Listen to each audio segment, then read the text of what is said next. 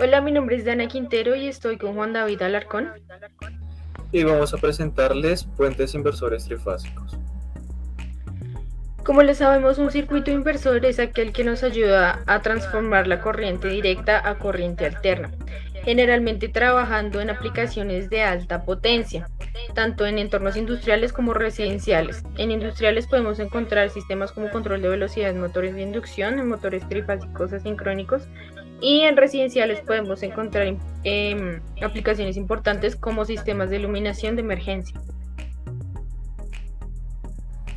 Como inversores trifásicos, nosotros podemos simplemente unir tres inversores monofásicos, ya sea de medio puente o de puente completo,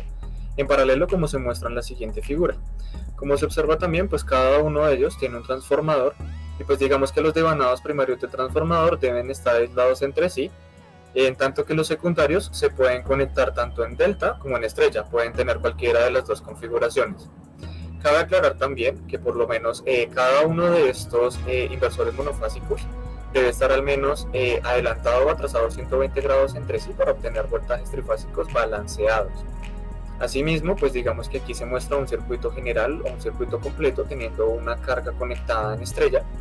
por ejemplo, y sería prácticamente compuesto de 12 transistores, cada uno con un diodo de marcha libre, pues para que pueda aliviar tensiones y corrientes que se presenten en cada uno de ellos.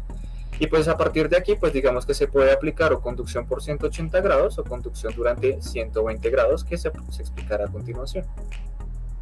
Bueno, como lo mencionó mi compañero, en este tipo de conexión o conducción, cada transistor conduce durante 180 grados.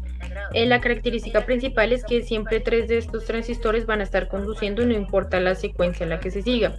En la primera instancia, el transistor 1 o Q1 se va a activar permitiendo que la terminal A se conecte al ciclo positivo del voltaje o a la terminal positiva del voltaje de entrada, y posteriormente el transistor 4 o Q4 se va a encender para que la terminal A quede encendida a la parte negativa de esta entrada. A partir de esto se sigue una secuencia de switcheo mediante el cual las señales van a estar desfasadas durante 60 grados, como se observa en la gráfica de la parte derecha de la presentación.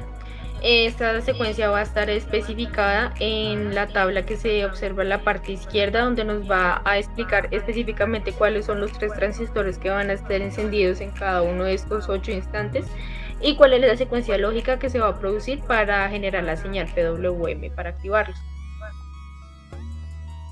Para el circuito de conducción durante 180 simplemente se tienen 6 transistores con 6 diodos de marcha libre y pues simplemente se hace una representación de la carga. Esta representación se puede hacer en delta o en estrella, teniendo en cuenta que en delta las corrientes de fase se pueden obtener mediante voltajes de línea a línea y pues a partir de allí se determina la corriente, mientras que para la conectada en estrella o en Y, como se tiene a continuación, pues simplemente se determina el voltaje de línea neutro y a partir de allí pues se determina también, o sea, ya la corriente de línea. Entonces hay tres modos de hacerlo. Está el modo 1 que se ve en la parte izquierda, modo 2 en el centro y modo 3 en la parte derecha, teniendo en el modo 1 una actividad para cuando la frecuencia va de 0 a pi tercios, activándose Q1, Q5 y Q6. En el modo 2, simplemente la frecuencia ahora va de pi tercios a 2 pi tercios, con los transistores Q1, Q2 y Q6 conduciendo. Y para el tercer modo, pues simplemente se tiene 2 pi tercios en la frecuencia hasta pi. Los transistores Q1, Q2 y Q3 son los que se activan, manteniendo siempre pues el desfase entre cada uno de ellos. Y pues esto cada vez va a dar una forma de onda para la carga. Entonces se tiene cada uno de los voltajes, se representan como voltaje de la línea al neutro, de línea a neutro para cada uno. Y pues aquí se tienen planteadas las ecuaciones que se utilizan para cada uno de los nodos de los que vimos anteriormente, para hallar la resistencia equivalente, la corriente y los voltajes que pasan pues entre línea y nodo, entre línea y neutro, sabiendo que pues digamos en algunos va a ser igual porque dos de ellos comparten siempre dos nodos, por lo que el voltaje siempre va a ser el mismo. Luego pues se hallan las ecuaciones de conducción durante 180, pues digamos estas serían las ecuaciones generales. Entonces se tiene primero el voltaje instantáneo de línea entre A y B, por ejemplo, teniendo en cuenta el primer armónico y que es una serie de Fourier, y como una serie de Fourier necesitas en hallado pues las constantes a través de la simetría, hallando Bn, teniendo en cuenta pues cada una de las constantes que tenemos para el diseño del circuito, y pues a partir de aquí simplemente se reemplaza esa constante dentro de la fórmula inicial y pues ahí se halla cada uno de los voltajes de AB, de BC y de CA, los voltajes de fase, teniendo en cuenta que la carga está conectada en estrella.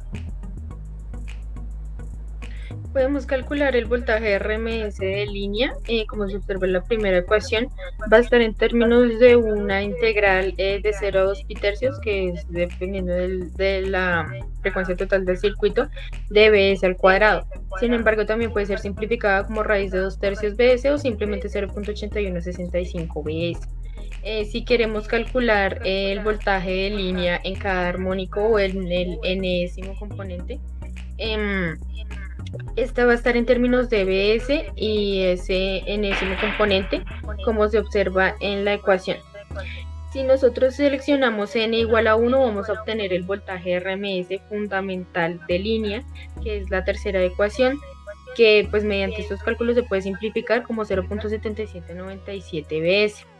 Adicional a eso, también podemos calcular el valor de RMS de los voltajes de línea a neutro, como se observa en la cuarta ecuación, teniendo una simplificación de 0.4714 Bs. Ya para las ecuaciones de conducción también, pues se tienen los voltajes instantáneos para cada fase, teniendo en cuenta que sigue conectada en estrella, pues teniendo en cuenta cada uno de los armónicos que van teniendo entre ellas y los desfases, y asimismo también las corrientes de línea, teniendo en cuenta pues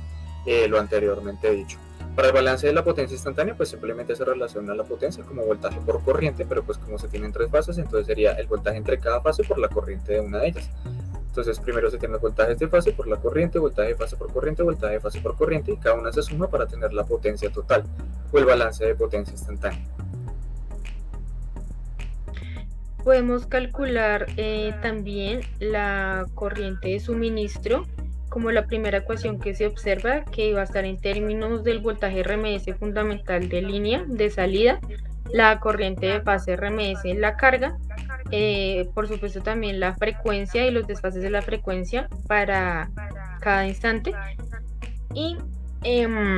también teta sub 1, que corresponde al mismo teta que explicó mi compañero anteriormente. Sin embargo, la corriente de suministro también puede ser simplificada como la segunda ecuación que se observa en la diapositiva, que va a estar en términos de IL y también del voltaje RMS fundamental y el Bs. Sin embargo, también tenemos que saber que IL es raíz de 3 la corriente de fase RMS, y pues esos son los valores que están presentes en las gráficas, en las ecuaciones, perdón, como se puede observar al final de la presentación.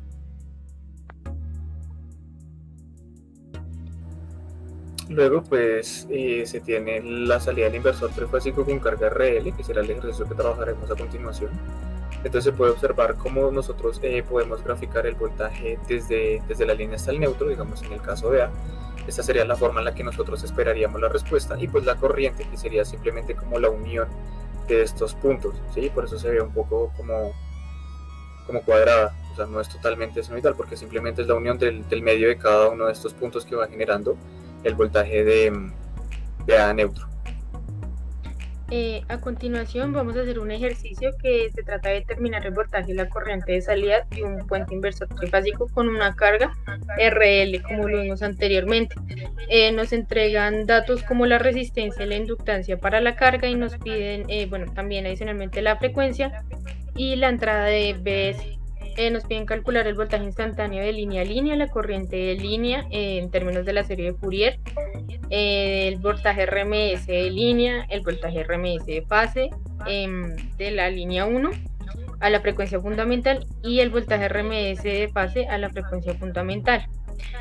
Como lo podemos ver a continuación, esto es un ejercicio que se encuentra en el libro de Rashid de electrónica de potencia, y pues aquí podemos observar la solución de estos valores utilizando las ecuaciones que pues anteriormente habíamos mencionado. Sin embargo, nos parece más interesante observar las formas del voltaje, las formas de las gráficas del voltaje y de la corriente ya vistos desde una simulación.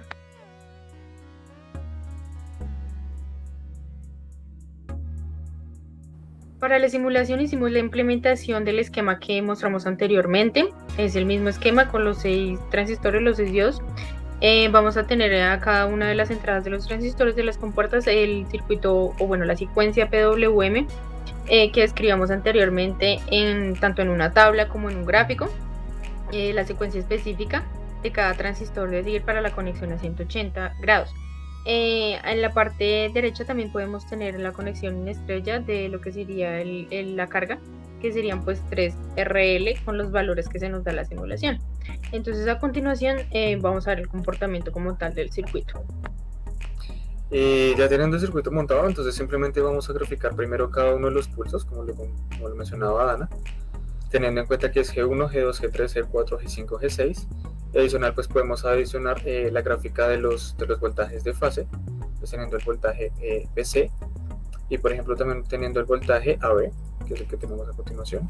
Entonces cada una de estas gráficas pues se observa que están desplazadas entre sí y pues digamos pueden ser comparadas con lo que mostrábamos teóricamente, con que cada uno de los pulsos estaba desfasado entre sí, 60 grados, y asimismo pues digamos que esta sería la forma en la que debería salir cada uno de los voltajes de fase, que es digamos prácticamente lo que tenemos en esta zona correspondiendo a la parte teórica. Asimismo también pues digamos que en la parte de la carga nosotros esperaríamos ver esto, esperaríamos tener en cuenta en uno de ellos 2 por BS dividido entre 3, teniendo en cuenta que BS son 220 voltios, y en otra BS sobre 3, que sería como la amplitud máxima. Y esta como la salida de la corriente, pues en la carga, ¿no? Que sería esta parte, teniendo en cuenta que nosotros lo hicimos por el modo 1, como ya lo habíamos mencionado, y pues simplemente corremos la simulación. Entonces primero vamos a graficar el voltaje de A